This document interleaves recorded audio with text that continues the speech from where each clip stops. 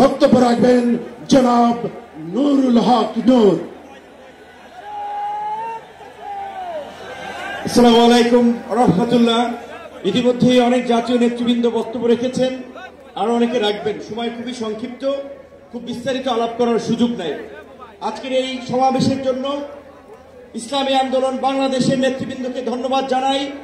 আমি গাড়ি থেকে আসার পথে দেখেছি মৎস্য ভবন, শাহবাগ, হাইকোর্ট মোড় সমস্ত জায়গায় লোকে লোকারণ্য, এই মাঠের বাইরেও। কাজে মাঠে যারা আছেন মাঠের মধ্যেই লোকে সীমাবদ্ধ, এটা না, চতুর্দিকে লোকে লোকারণ্য।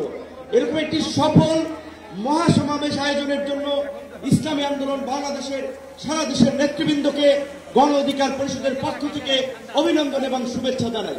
অভিনন্দন এবং শুভেচ্ছা জানাই ইসলামী আন্দোলনের পীর সাহেবকে এবং তার সাথে অন্যান্য সিনিয়র নেতৃবৃন্দকে, যারা আজকের ইসলামী আন্দোলনের এই সমাবেশে বাংলাদেশের প্রায় সকল মত পথের রাজনৈতিক দলের নেতৃবৃন্দকে এই মঞ্চে একত্রিত করেছেন।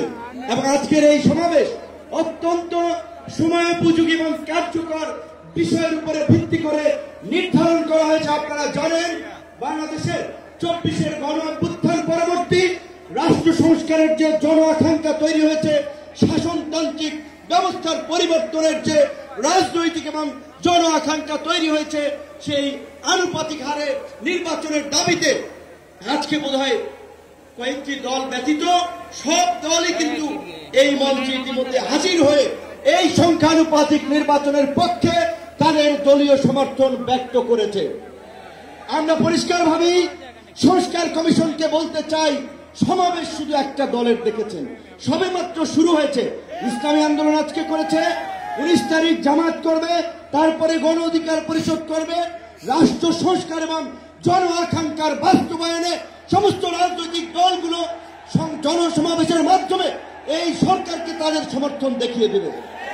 তাই আমরা বলতে চাই, কোন দু একটি দলের উপরে ভিত্তি করে দু একটি দলের কথায় সংস্কারের নকশায় পরিবর্তন আনা যাবে না। আমি সংস্কার কমিশনে বলেছিলাম, দেশ স্বাধীনের পরে ডক্টর কামাল হোসেনরা বলেছিল, আমাদের নেতা শেখ মুজিব, আমরা তো তাকে দেখে সংবিধান নির্মাণ করেছিলাম, রচনা করেছিলাম, তাকে এম্পাওয়ার করার জন্য। আজকে সংস্কার কমিশনকে বারবার আমরা বলতে চাই, দু একটি দলকে প্রাধান্য দিয়ে বেশিরভাগ জনগণের আকাঙ্ক্ষার বিপরীতে গিয়ে কোন সিদ্ধান্ত বাস্তবায়নের দুঃসাহস দেখাবেন না। আনুপাতিক হারে নির্বাচন হলে সমস্যাটা কি? কোন সমস্যা নাই। প্রধানমন্ত্রীর মেয়াদ 10 বছরের বেশি না থাকলে সমস্যা কি? আমরা অত্যন্ত যৌক্তিকভাবে এই কথাগুলো দফায় দফায় আলোচনায় তুলে ধরছি, কিন্তু এটা পরিষ্কার, সংবিধান এই সংস্কার জাতীয় ঐক্যমত্য কমিশন কেন জানি দু একটি দলের প্রতি পক্ষপাতমূলক আচরণ করছে। যারা পীর সাহেব সহ জামাতের নেতৃবৃন্দ তারাও বলছে, আমরাও বলছি, আজকে সারা বাংলাদেশের উপজেলা, পৌরসভা, সিটি কর্পোরেশনে স্থানীয় জনপ্রতিনিধি নাই। কাজী এই সরকারের আমলে যেমনি ভাবে জাতীয় নির্বাচন হবে, একই সাথে অনতি বিলম্বে আমরা স্থানীয় নির্বাচন আয়োজনেরও দাবি জানাচ্ছি। সবাই ভালো থাকবেন। আসসালামু আলাইকুম।